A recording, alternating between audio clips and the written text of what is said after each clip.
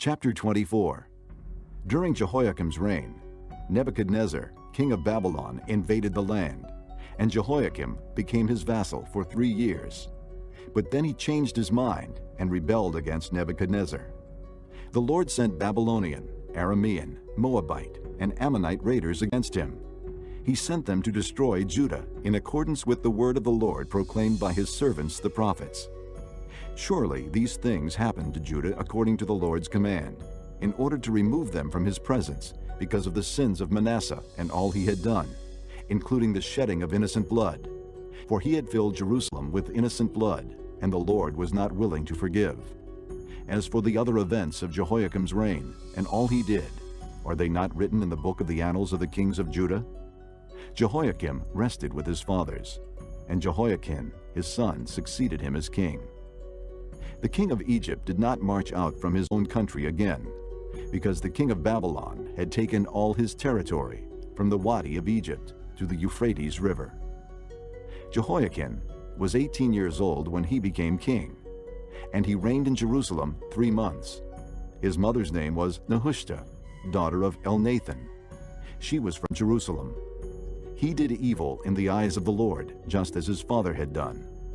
At that time the officers of Nebuchadnezzar, king of Babylon, advanced on Jerusalem and laid siege to it, and Nebuchadnezzar himself came up to the city while his officers were besieging it. Jehoiachin, king of Judah, his mother, his attendants, his nobles, and his officials all surrendered to him. In the 8th year of the reign of the king of Babylon, he took Jehoiachin prisoner. As the Lord had declared, Nebuchadnezzar removed all the treasures from the temple of the Lord and from the royal palace, and took away all the gold articles that Solomon, king of Israel, had made for the temple of the Lord. He carried into exile all Jerusalem, all the officers and fighting men, and all the craftsmen and artisans, a total of 10,000. Only the poorest people of the land were left.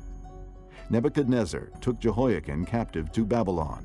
He also took from Jerusalem to Babylon the king's mother, his wives, his officials, and the leading men of the land. The king of Babylon also deported to Babylon the entire force of 7,000 fighting men, strong and fit for war, and 1,000 craftsmen and artisans. He made Mattaniah, Jehoiachin's uncle, king in his place, and changed his name to Zedekiah. Zedekiah was 21 years old when he became king, and he reigned in Jerusalem 11 years. His mother's name was Hamutal, daughter of Jeremiah. She was from Libnah. He did evil in the eyes of the Lord, just as Jehoiakim had done.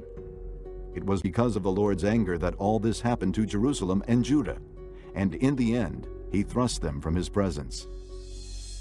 Now Zedekiah rebelled against the king of Babylon.